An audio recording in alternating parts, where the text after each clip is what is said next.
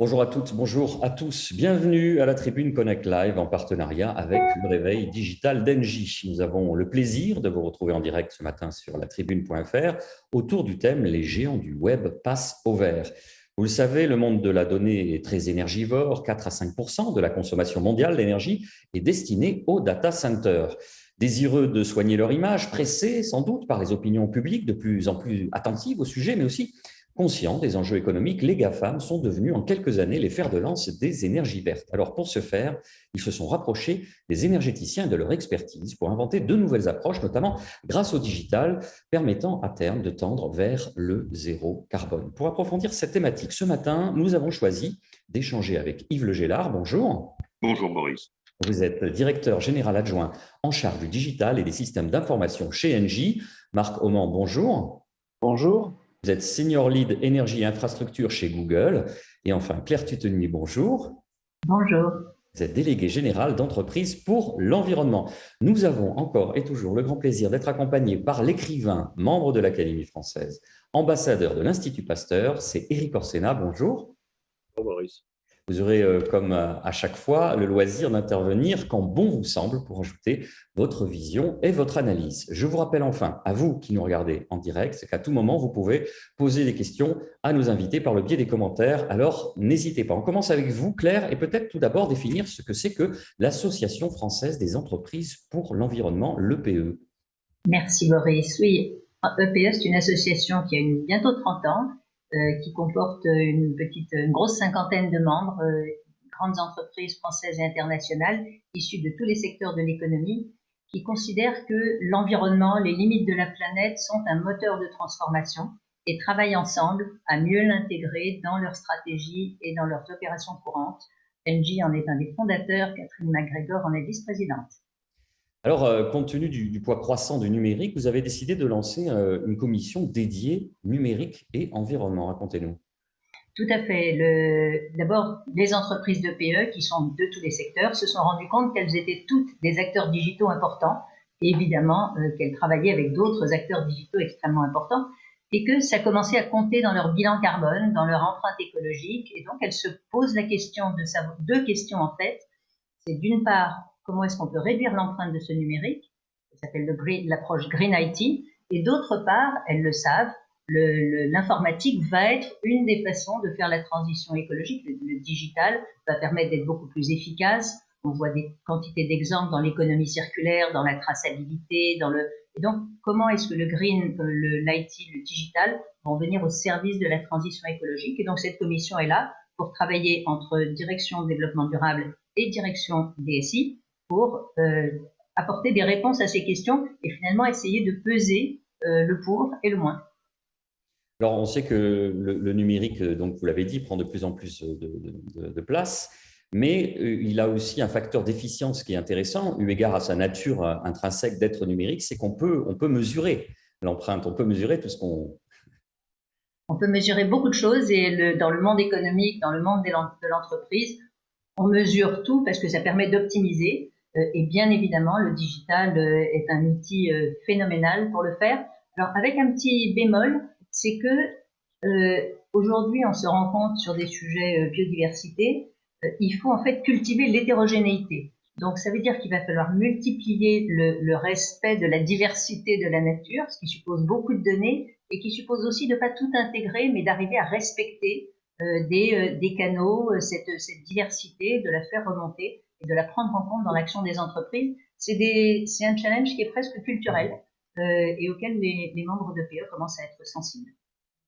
Alors, on va revenir sur toutes ces notions. J'aimerais qu'on présente à présent Marc Auman. J'ai eu du mal à le dire. C'est quoi un senior lead énergie et infrastructure? Alors, mon rôle consiste à aider Google à définir et mettre en place la stratégie de sourcing énergétique pour nos data centers. Donc, comme vous l'avez dit, nos data centers consomment une certaine quantité d'électricité et nous avons à cœur d'intégrer dans notre stratégie d'achat d'électricité une réflexion environnementale qui nous occupe fortement depuis l'annonce récente de nos nouveaux objectifs en matière de sourcing zéro carbone. Vous partez d'où avec Google? Racontez-nous un petit peu l'historique, parce que j'imagine que très tôt, vous avez pris conscience de cette empreinte. Très tôt, vous avez eu des modèles qui ont déterminé que ça allait consommer de plus en plus, et très tôt, vous avez voulu prendre le problème à bras-le-corps. Absolument. Alors, pour la petite histoire, Google n'a eu 20 ans que récemment, donc reste une jeune société, mais qui a beaucoup grandi. Notre prise de conscience environnementale, en fait, on la date à peu près à 2007. C'est à partir de cette année-là que nous avons décidé, à travers l'achat de crédit carbone, de compenser nos émissions carbone chaque année. Donc, nous sommes zéro carbone depuis cette année-là à travers l'achat de certificats, mais ce n'était que le début de l'histoire. En 2012, nous avons décidé que acheter les certificats, c'était bien, mais ce n'était vraiment pas suffisant. Et donc, cette année-là, nous nous sommes dit que nous souhaiterions atteindre un objectif beaucoup plus ambitieux qui concerne et donc qui s'exprimait à travers le 100% renouvelable. Donc là, ça voulait dire aller directement acheter de l'électricité renouvelable à des porteurs de projets éoliens et solaires de par le monde. Et nous nous sommes fixés comme objectif en 2012 d'acheter autant d'électricité renouvelable que nous n'en consommions, sans savoir combien de temps ça allait nous prendre.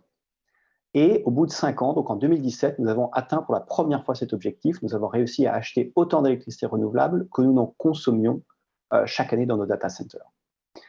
Et la dernière étape, c'est celle que nous venons d'annoncer. C'est un objectif beaucoup plus difficile à atteindre et beaucoup plus ambitieux, qui porte non plus sur le 100% renouvelable, mais qui parle cette fois-ci de zéro carbone. Alors, pour mener à bien cet objectif extrêmement ambitieux, vous vous appuyez sur des acteurs de premier plan, énergéticiens comme Engie, avec finalement des ambitions communes, des ambitions partagées, l'envie de se tirer les uns les autres vers le haut. Je me tourne vers vous, Yves Le Gélard. Quand Google est venu vous voir avec ses objectifs un peu fous, on va essayer de donner des perspectives à ceux qui nous écoutent pour dire en quoi c'est quelque chose d'absolument dingue, passez-moi l'expression. Comment vous avez réagi au départ? Vous avez dit, tiens, ça c'est un challenge qui peut nous intéresser et ça va aussi nous orienter vers une nouvelle réflexion? Évidemment, je crois que c'est les clients les plus exigeants, et Google en est un, qui font progresser les partenaires et les fournisseurs. C'est avec les challenges techniques les plus complexes et les plus avancés qu'on motive les équipes aussi. Nos ingénieurs, ils sont absolument ravis de travailler avec Google sur le défi que Marc et ses collègues nous ont fixé. Il le détaillera mieux que moi, mais il s'agit dans cette étape 3, après avoir acheté des certificats, après avoir acheté autant d'électricité qu'il n'en consomme, il s'agit maintenant de faire que ceci soit un pas de temps qui soit beaucoup plus court et qu'on ne regarde pas, non pas une année, mais un pas de temps beaucoup plus court. Et Marc le détaillera. Et ça, c'est pour Engie un défi tout à fait passionnant. Nous intervenons aux 3 niveaux de la chaîne de la valeur pour essayer de faire en sorte d'accompagner les géants, dont Google, sur leur route vers le zéro carbone. La première chose que nous faisons, c'est, au travers d'une équipe, une de nos grandes filiales installées au Royaume-Uni et qui opère mondialement, d'aider Google, par exemple, à concevoir des data centers les plus frugaux possibles. Parce que tout commence à la conception. Au départ, dès la feuille blanche, il faut envisager la frugalité. Voilà. Et avoir recours, parce que c'est des équipements qui nécessitent des investissements importants et qui vont vivre de longues années, avoir recours aux toutes dernières technologies en matière de récupération de chaleur, en matière de climatisation. Et sur ce sujet-là, les équipes de Google, comme celles de l'industrie, sont très friandes de travailler avec les meilleurs. Une fois que vous avez mis en place un data center frugal, bien évidemment, il faut l'alimenter en verre, et Marc y reviendra sur le défi qui est, à mon avis, le plus avancé dans l'industrie aujourd'hui, qui est celui de Google. Et puis, le dernier élément, c'est qu'il va rester une dissipation calorifique, même si vous êtes frugal et même si l'énergie est verte. Et nous travaillons avec un certain nombre de clients à la récupération de cette énergie résiduelle pour l'injecter dans des réseaux de chaud, des réseaux de froid, et pour faire en sorte que, là encore, sur un circuit court, le data center puisse, le cas échéant, chauffer l'hôpital ou chauffer des logements à proximité ou refroidir, puisque ça peut fonctionner dans les deux sens, et récupérer un maximum de cette énergie. Donc, concevoir frugal, accompagner la fourniture du verre le plus exigeant possible et récupérer ce qui en sort. Voilà le circuit complet des domaines sur lesquels Engie travaille avec ses clients. Alors Claire, vous sembliez acquiescer, ça veut dire que ça fait partie des dernières tendances en matière de stratégie environnementale liées au déploiement des data centers, ce que vient d'évoquer Yves et Marc. Ça fait partie des dernières tendances de l'ensemble de l'économie et des dernières tendances qu'il faudrait généraliser à l'ensemble des activités pour arriver à faire ce que l'Europe s'est engagée à faire et le monde pour pas tellement longtemps après, à savoir obtenir une neutralité carbone des émissions qui sont compensées par des absorptions. C'est un enjeu extraordinairement difficile. On a publié l'année dernière une étude sur la France qui s'appelait ZEN 2050 et qui montre zéro émission nette en 2050, comment on fait, qui montre qu'il va falloir changer un certain nombre de choses dans nos modes de vie et qui montre exactement ce qu'a dit Yves. Il faut concevoir les produits et services les plus économes en énergie possible. Il faut verdir l'ensemble des approvisionnements en énergie et il faut absolument ne rien perdre et tout le développement de l'économie circulaire au sens large, qui est ce que vient de décrire Yves, fait partie des exigences systémiques. Il ne s'agit pas juste de faire le tri de quelques déchets, il s'agit de ne plus rien perdre dans l'ensemble de l'économie entre acteurs et cet exemple de Engie et Google en est un très, et d'autres partenaires, parce que les réseaux de chaleur, c'est les villes à côté, en est un extrêmement bon exemple. On va d'ailleurs publier à la fin du mois quelque chose qui s'appelle les partenariats de l'économie circulaire et on aurait dû avoir cet exemple dedans, mais il sera, voilà, on a des exemples pas dans le digital, mais on est extrêmement satisfait de voir que l'industrie du digital rentre dans cette logique de partenariat et d'économie circulaire. Alors, Claire Tutenuy, on est quand même actuellement dans la description du meilleur des mondes possibles, mais si on est un observateur extérieur et qu'on regarde ça d'une façon un peu macro sans être un expert comme moi, c'est quand même très hétérogène. On parlait tout à l'heure des certificats, il y a encore des entreprises qui sont à ce stade-là. En effet, heureusement, il y a des pionniers. Le rôle de PE, c'est d'avoir un certain nombre de pionniers et Engie en est un. On est dans des approches volontaires. Et puis après, c'est des pratiques qui doivent se généraliser si on veut obtenir les objectifs collectifs qu'on a. Mais il y a des pionniers, il faut qu'ils et c'est vraiment extrêmement intéressant de montrer ce qu'ils font, de montrer que c'est possible. En fait, aujourd'hui, le défi, c'est de montrer que c'est possible. Et bravo à Marc et Yves, dans chacun avec sa méthode. Ce que montre cet exemple, c'est pour que ça marche, il faut qu'il y ait un pool, il faut qu'il y ait un client qui demande, que ça mette une barre à franchir et que des équipes d'ingénieurs s'y mettent et des idées soient stimulées, fassent le complément. Et donc, c'est cette logique collective qui est aujourd'hui une des clés pour arriver à faire cette décarbonation de la société et en particulier du monde économique dont on a besoin. Alors, on va reprendre. On part de la feuille blanche. On conçoit le data center pour qu'il soit le plus frugal possible. OK, ça, on comprend bien le design au départ. Mais ensuite, il va falloir approvisionner ce data center. Alors, comment on fait, Marc Aumange, justement, et peut-être donner des ordres de grandeur pour que nos spectateurs puissent se rendre compte de la quantité d'énergie phénoménale qu'il faut. Oui, alors, écoutez, je pense que vous avez tout à fait raison et Claire a parfaitement raison d'insister sur le fait que cette ambition verte, même si elle est volontaire, c'est une démarche volontaire de la part des entreprises, je pense qu'il y a un constat assez largement partagé qu'il y a une urgence, un impératif qui viendra soit des entreprises eux-mêmes, soit de leurs clients finaux, soit de la société plus largement. Que ce soit les feux de forêt qu'on a vus en Australie, les canicules qu'on a tous connues en France, je pense que l'espèce de notion que le changement climatique, c'est quelque chose qui affecte les autres et qui sera traité plus tard, c'est une notion qui commence à avoir du plomb dans l'aile.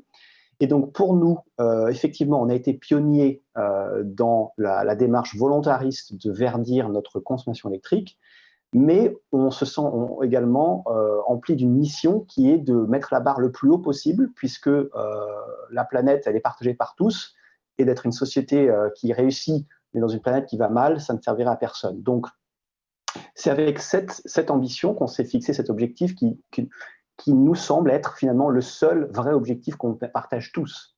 C'est de pouvoir fonctionner de manière moderne et efficace, mais dans des réseaux électriques dans lesquels il n'y a plus aucune contribution carbone. Et donc, c'est un défi majeur. Et je vais revenir donc en quelques mots sur en quoi consiste exactement cet objectif que nous nous sommes fixés. Donc, notre PDG…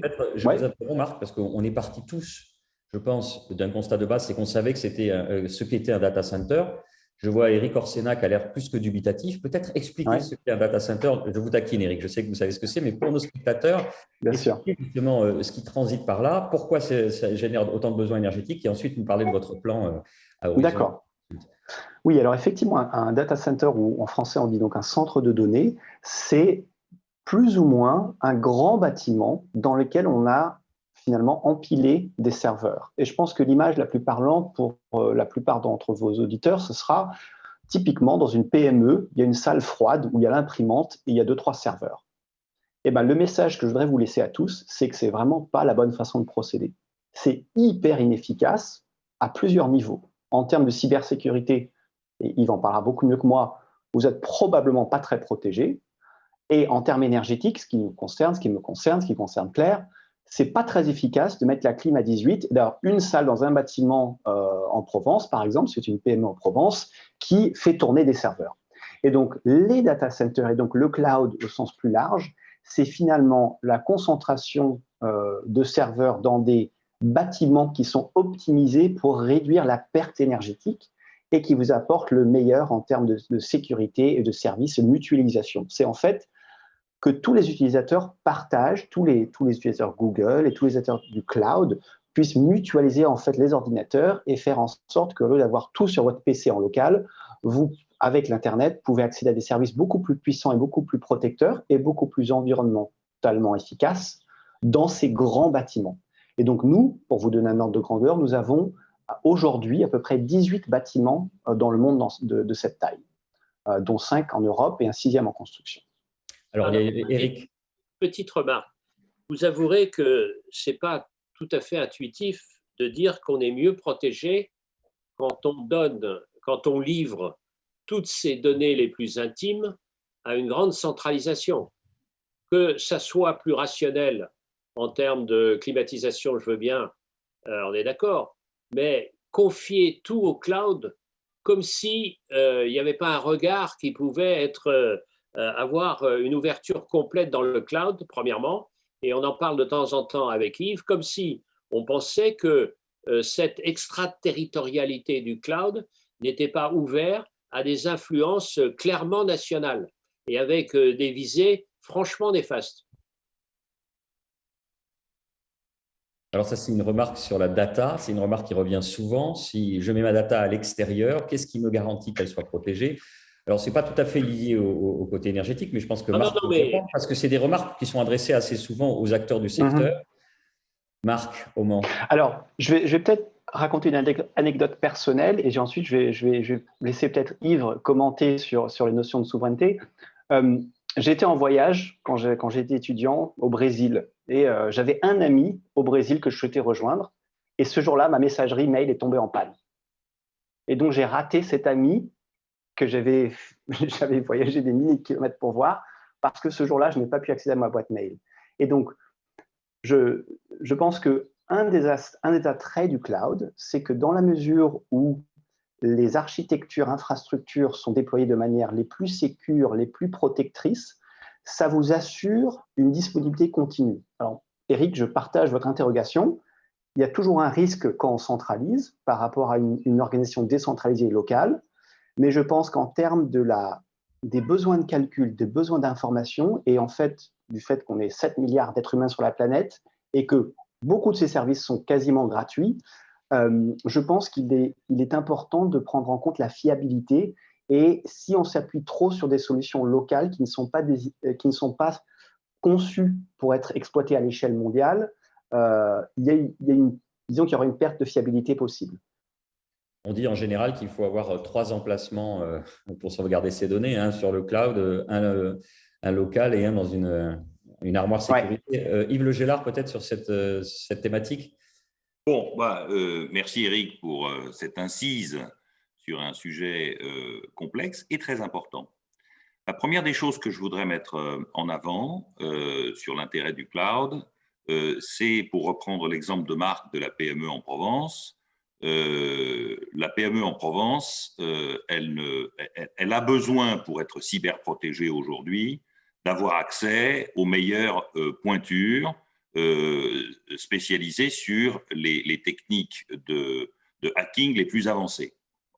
Je ne sais pas combien il y a de milliers d'ingénieurs chez Google qui protègent les centres Google, mais je suis sûr que c'est plusieurs milliers. Et donc, dès l'instant où tu deviens client de Google, tu as à ta disposition toutes ces défenses qui sont parmi les meilleures au monde. Sur la question de l'extraterritorialité, les choses bougent. Le gouvernement français a fait des annonces très récentes sur la mise en place de cloud de confiance. Et je crois que c'est une initiative qui va dans le bon sens. En tout cas, mes collègues DSI d'un certain nombre de grandes entreprises françaises s'en sont félicités. Et le gouvernement allemand semble prendre la même voie.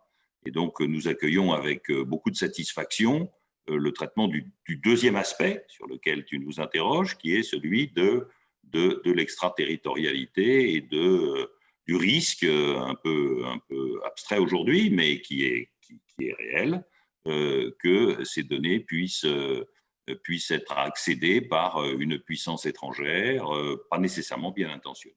Donc je crois que sur les deux sujets, Eric, je pense qu'il y a des réponses concrètes et que la voie qui est aujourd'hui celle du cloud et celle du cloud souverain répondent bien aux questions que légitimement nos auditeurs se posent. Merci. On va revenir au data center. Le plus important d'entre eux, je crois que c'est celui que vous avez en Belgique, c'est ça, Marc? Oui, c'est un des plus gros en Europe, effectivement, juste de l'autre côté de la frontière française.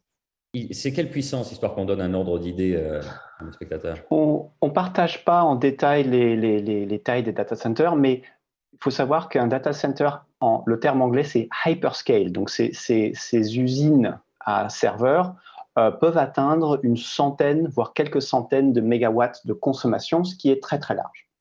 Oui, et pour faire une analogie, c'est la consommation d'une ville de 150 000 habitants, c'est ça? Il y a certaines estimations, voilà, c'est difficile de commenter de manière très précise, mais c'est un ordre de grandeur. Non, c'est des ordres de grandeur, évidemment, on serait un peu à côté. Ça veut dire donc, cette problématique, elle est plus que stratégique pour vous, et comme vous l'avez décrit tout à l'heure, globalement pour la Terre. C'est-à-dire que donc, Ouais. vous avez un objectif plutôt ambitieux, à moins de 10 ans, vous allez entrer dans le détail de votre plan. Ouais.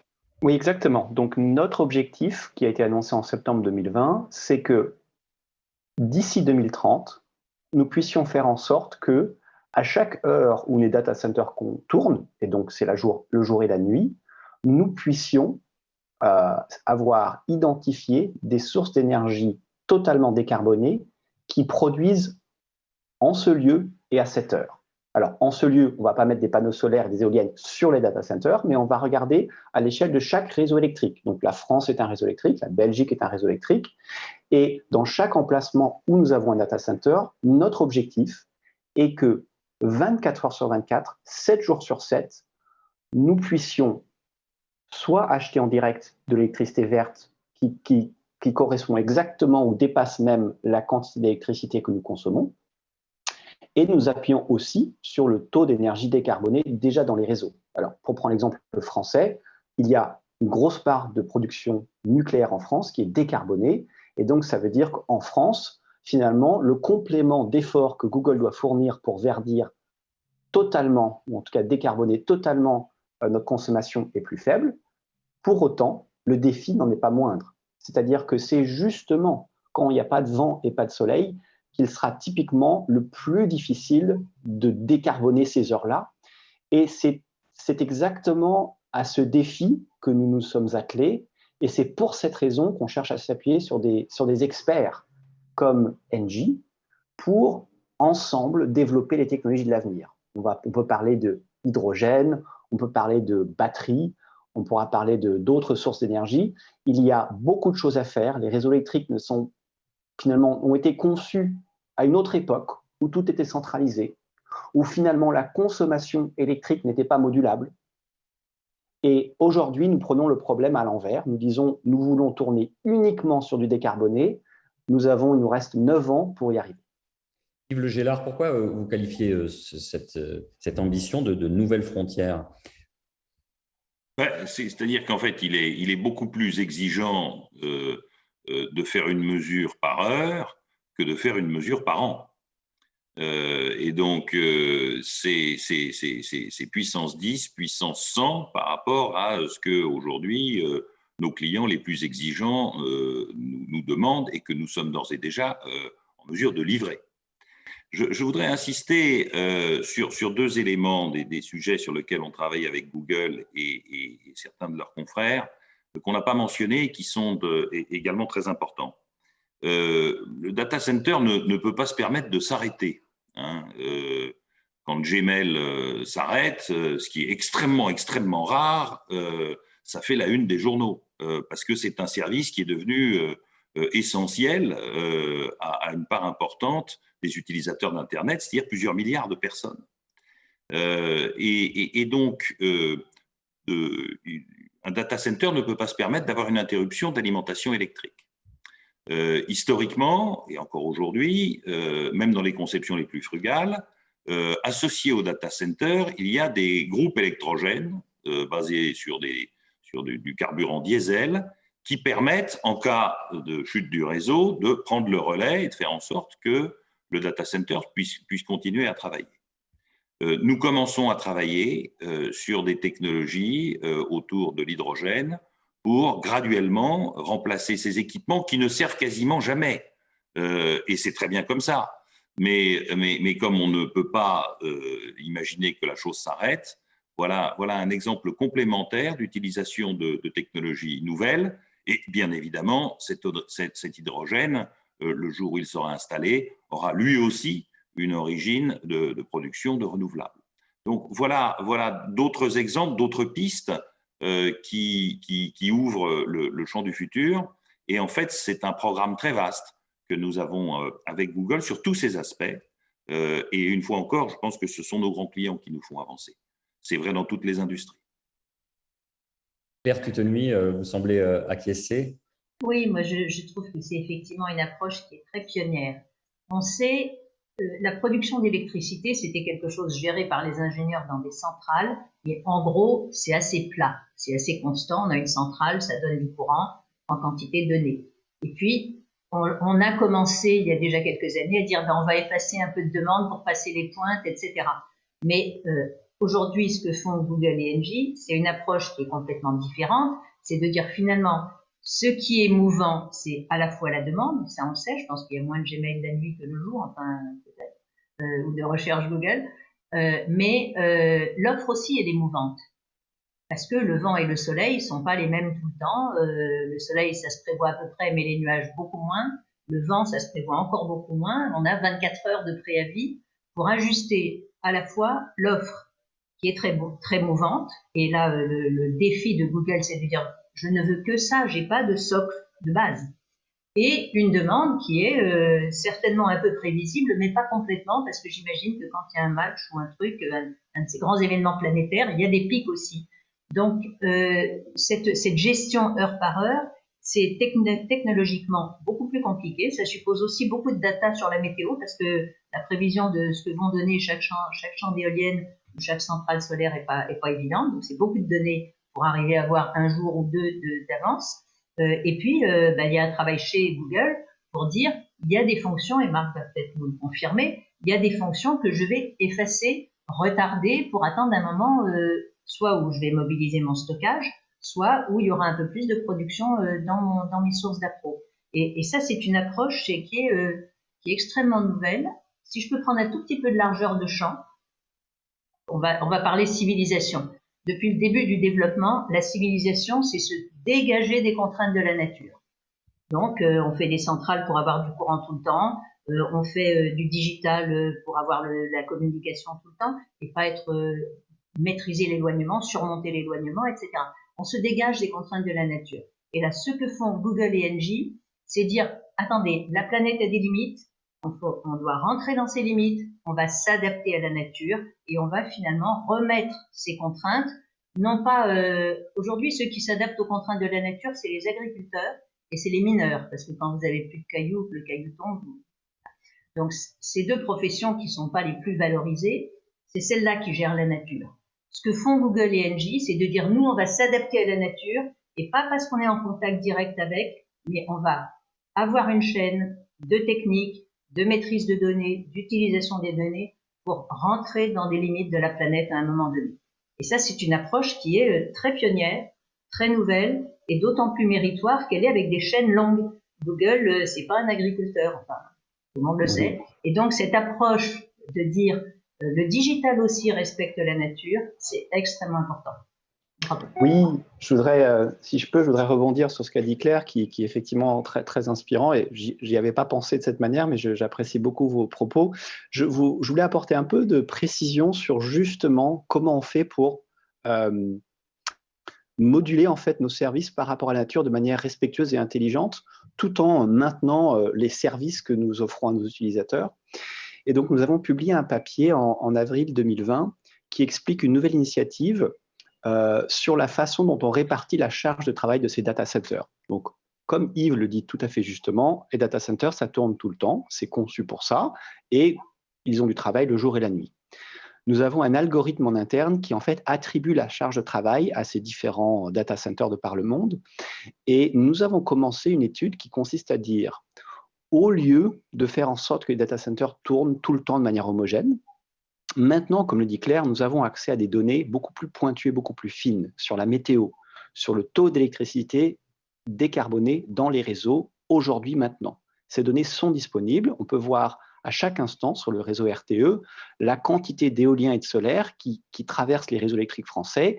Et dans la plupart des pays développés, cette information est disponible. Et donc, le défi que nous avons posé à nos ingénieurs est le suivant. Pourrions-nous faire moduler la charge de travail des data centers en fonction du signal carbone, faire tourner un peu plus les data centers qui sont plus verts et un peu moins les data centers qui le sont moins, soit de manière temporelle, c'est-à-dire qu'on sait qu'aujourd'hui, il n'y a pas beaucoup de vent, pas beaucoup de soleil, mais peut-être que cet après-midi, ça revient. Et dans ce cas-là, certains travaux qui ne sont pas immédiats, donc je ne vous parle pas des recherches Google, je ne vous parle pas de l'envoi d'un mail, je vous parle plutôt de l'encodage d'une vidéo qui va être mise sur YouTube, mais ça prend un certain temps. Les travaux qui peuvent être retardés un petit peu, soit on les retarde de quelques heures, soit on les traite le même moment, mais dans le data center qui est dans notre portefeuille, celui qui est le plus vert. Et donc ça, c'est très prometteur parce que ça permettrait donc de faire moduler la charge de travail des data centers en fonction du signal carbone. L'avenir est en train de se jouer sous nos yeux. C'est quoi la prochaine étape, Yves Le Gélard? Parce que même Google, qui est à la pointe de la pointe, se donne encore 10 ans pour atteindre son objectif. Est-ce qu'on peut envisager une interconnexion totale et planétaire avec des délestages d'un côté et de l'autre en fonction de ce que vous venez de nommer, Marc, ou là encore, l'apport du numérique avec des algorithmes de plus en plus fins? Bon, moi, je pense que l'ambition qui est posée est déjà considérable. Et je n'ai pas tellement envie d'en rajouter. Je pense qu'on a de quoi occuper tous les grands cerveaux de nos équipes respectives pour les 9 ans qui viennent. Hein, on s'est dit 2030, c'est déjà très bien. Non, je pense qu'il y a une vertu à cette chose-là qu'on évoque aujourd'hui, c'est d'essayer de faire en sorte que on emmène avec nous d'autres acteurs et de faire en sorte que quand les grandes entreprises travaillent sur ces sujets-là, quand nos jeunes ingénieurs trouvent des solutions, ça soit quelque chose qui percole un peu dans le tissu économique et que des choses qui apparaissent comme étant en pointe, d'ici 3-4 ans, eh bien, ce sera le lot de beaucoup plus d'acteurs. On voit bien aujourd'hui que la question des certificats, qui était initialement une étape 1 tout à fait bienvenue et qui était utilisée seulement par quelques par quelques pionniers, se démocratise très largement. Je pense que la question de la fourniture d'énergie verte, non pas au pas de l'heure, mais sur un pas plus large, est quelque chose qui est sur les agendas carbone de la plupart des grandes entreprises du monde. Hein. Le nombre de grandes entreprises qui ont pris des engagements, dont les conseils d'administration, les présidents ont pris des engagements, est quelque chose qui aujourd'hui est en croissance très forte. Un certain nombre d'entre eux ont des plans. C'est quelque chose qui est complexe à mettre en œuvre et c'est quelque chose qui nécessite, une fois que vous avez pris cet engagement, de rendre des comptes tous les ans à l'Assemblée générale, par exemple, ou dans le rapport annuel. Et donc, il faut mettre en place dans les entreprises des systèmes de comptabilité carbone qui sont complexes à développer et complexes à mettre en œuvre. Et puis, il faut mettre en place tous les systèmes de vérification au besoin par des sociétés externes pour bien s'assurer que les mesures correspondent réellement à des économies et à des bascules tangibles. Voilà, donc je pense que sur l'horizon, on a éclairé le point le plus ambitieux, hein, la barre de saut à la perche à 6,12 m ou 6,15 m que Marc nous place et qui nous stimule beaucoup. Mais je pense qu'il y a pour tout l'écosystème une barre à chaque hauteur et chacune d'entre elles a un sens et chacune d'entre elles est motivante pour l'athlète qui se décide à la franchir. Dans le discours de Yves, Claire, il y a aussi un aspect qui est intéressant, c'est l'aspect de la prise de conscience. Parce que vous dites dans les conseils d'administration, on n'est plus dans la phase d'évangélisation. Les gens commencent à être convaincus et ça a des conséquences importantes sur le business même, Claire. Tout à fait. C'est un basculement qu'on a vu depuis à peu près 5 ans chez l'ensemble des membres de PE, mais aussi ailleurs, hein, qui est un basculement mondial. On le voit c'est la communauté financière qui a pris conscience du fait qu'il y avait des vrais risques. Cette histoire de changement climatique, c'est pas juste qu'il va faire un peu chaud ça et là, c'est que c'est des risques de déséquilibre du système économique mondial sur lequel on vit, qui fait vivre l'ensemble du monde, enfin, des gens et des entreprises. Et donc, ces risques, ils sont suffisamment sérieux pour qu'il y ait une prise de conscience de la nécessité d'une transformation collective. Et donc, aujourd'hui, toute la communauté financière est là en train de se demander mes valeurs charbon, elles ont déjà baissé de valeur, mes valeurs pétrole, c'est quand et à quelle vitesse vont faire les autres, et je ne dois pas faire plus lentement que d'autres. Et donc, il y a une pression sur les entreprises qui vient non seulement, alors elle vient un peu des clients, mais il y a des clients en avance, mais il y en a d'autres qui préféreraient rester un peu abrités du sujet, mais elle vient de la société civile, elle vient des gouvernements, et maintenant elle vient des actionnaires. Il faut dire que les équipes dirigeantes et les conseils d'administration, ils ont un énorme problème à gérer de vitesse de transition. C'est juste, ils ont compris qu'ils allaient la faire. Aujourd'hui, le problème, c'est comment, quelle est la façon la plus efficace, à quelle vitesse. Mais on n'est plus du tout dans est-ce qu'il faut y aller, et on n'est plus du tout dans la responsabilité sociétale. C'est pas une question de responsabilité sociétale, c'est une question de survie, de à quoi va ressembler l'entreprise. Vous prenez des entreprises comme Air France, comme Renault, comme Total, c'est des entreprises qui sont en train de se transformer complètement. Et donc, est-ce que c'est en 5 ans, en 10 ans, à quelle vitesse on bascule sur l'électrique pour la mobilité? C'est des questions absolument vitales pour toutes ces entreprises. Et ça veut dire qu'il y a des compétitions là-dessus. Et ça veut dire que ceux qui auront les plus solides chaînes de valeur, qui arriveront à bouger avec impact, avec des énergéticiens qui vont les accompagner, LG, j'en ai pas parlé, ils sont en avance. Donc, ils sont dans le pack qui tire. Donc voilà, des gens, l'ensemble du système électrique doit s'adapter aux véhicules électriques. Donc là, il y aura des enjeux majeurs. L'ensemble du système gazier, toute l'industrie qui tourne au gaz, comment elle fait pour verdir. Donc c'est des défis tout à fait existentiels. Et aujourd'hui, la question, c'est la vitesse et les moyens de le faire, et avoir les moyens de le faire. Et pour avoir les moyens de le faire, avoir des clients qui vous demandent des choses, ça aide aussi à investir. Il y a aussi, je terminerai là-dessus, il y a le corollaire aussi, ce qu'on peut remarquer, ce qui revient souvent, nous, en tant que journalistes, c'est par rapport au recrutement et aux jeunes qui rentrent dans les entreprises et qui sont en quête de sens.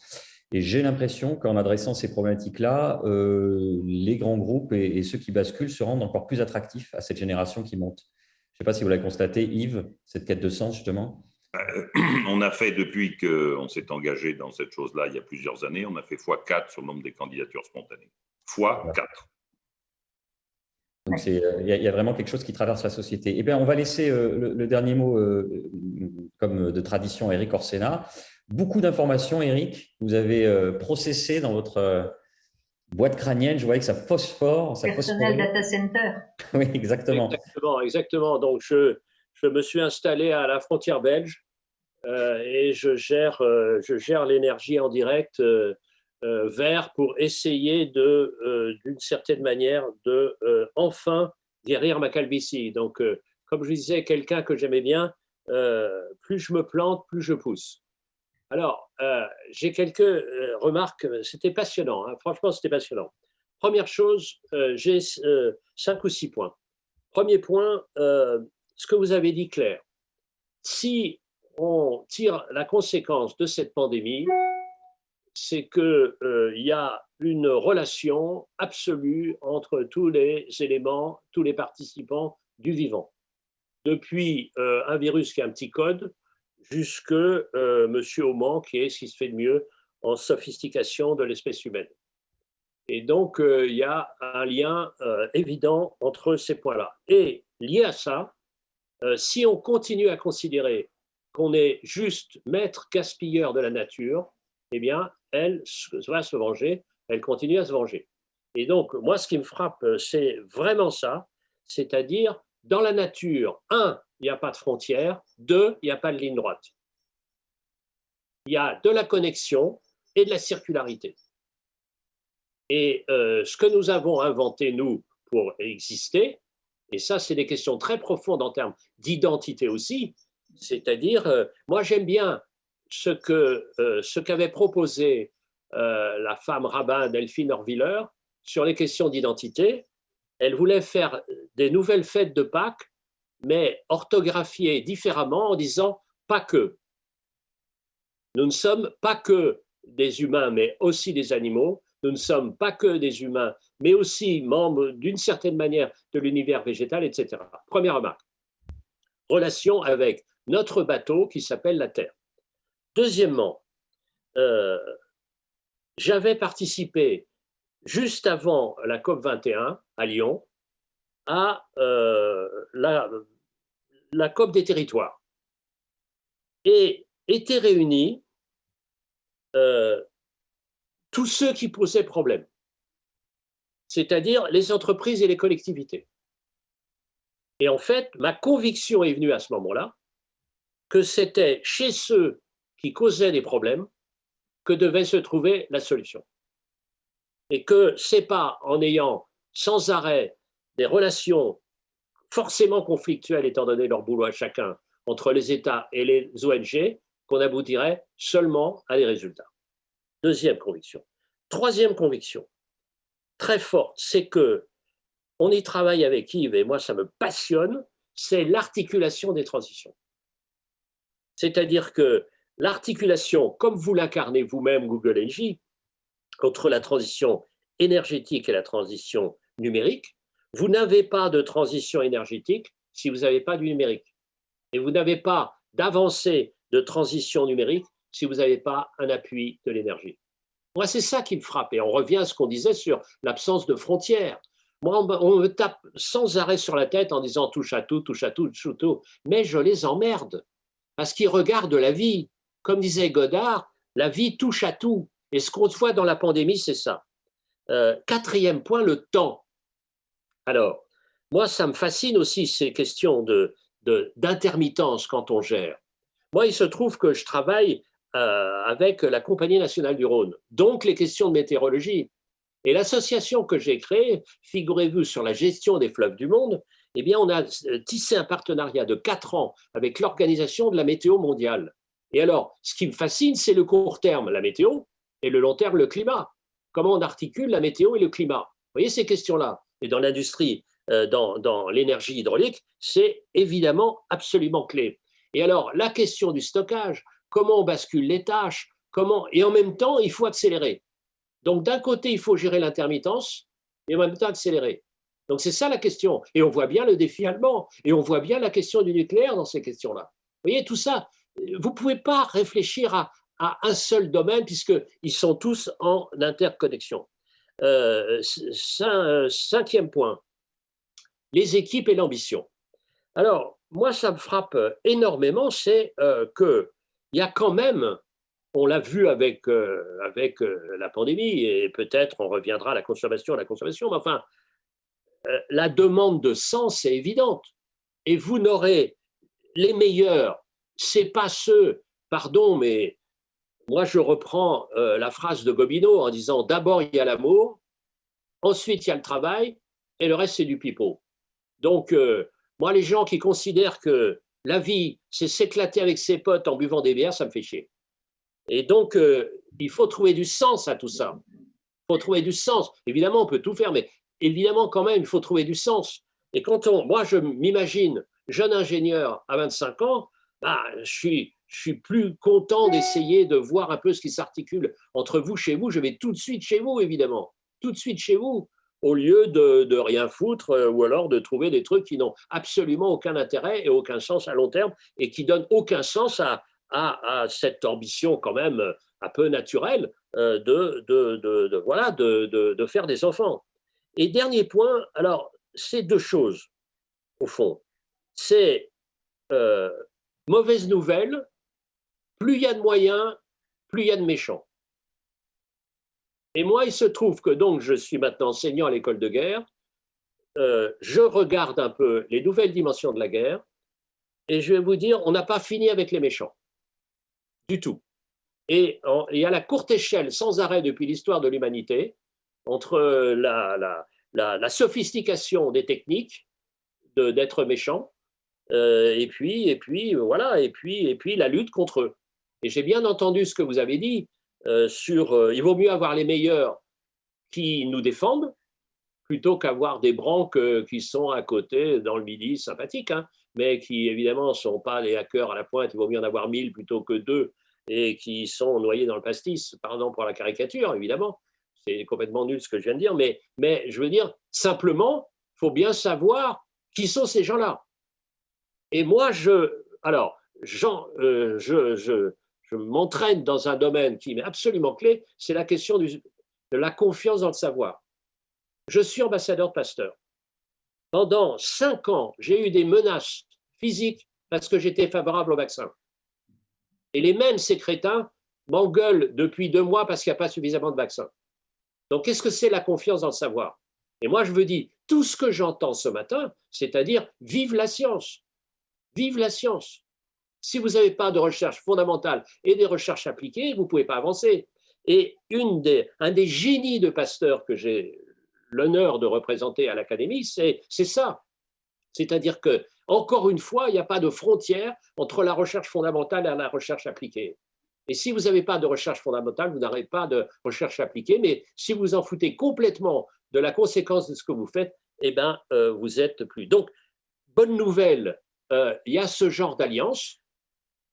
Bonne nouvelle aussi, on va enfin accepter quelque chose qu'on déteste en France, et notamment dans le système éducatif, qui est l'évaluation.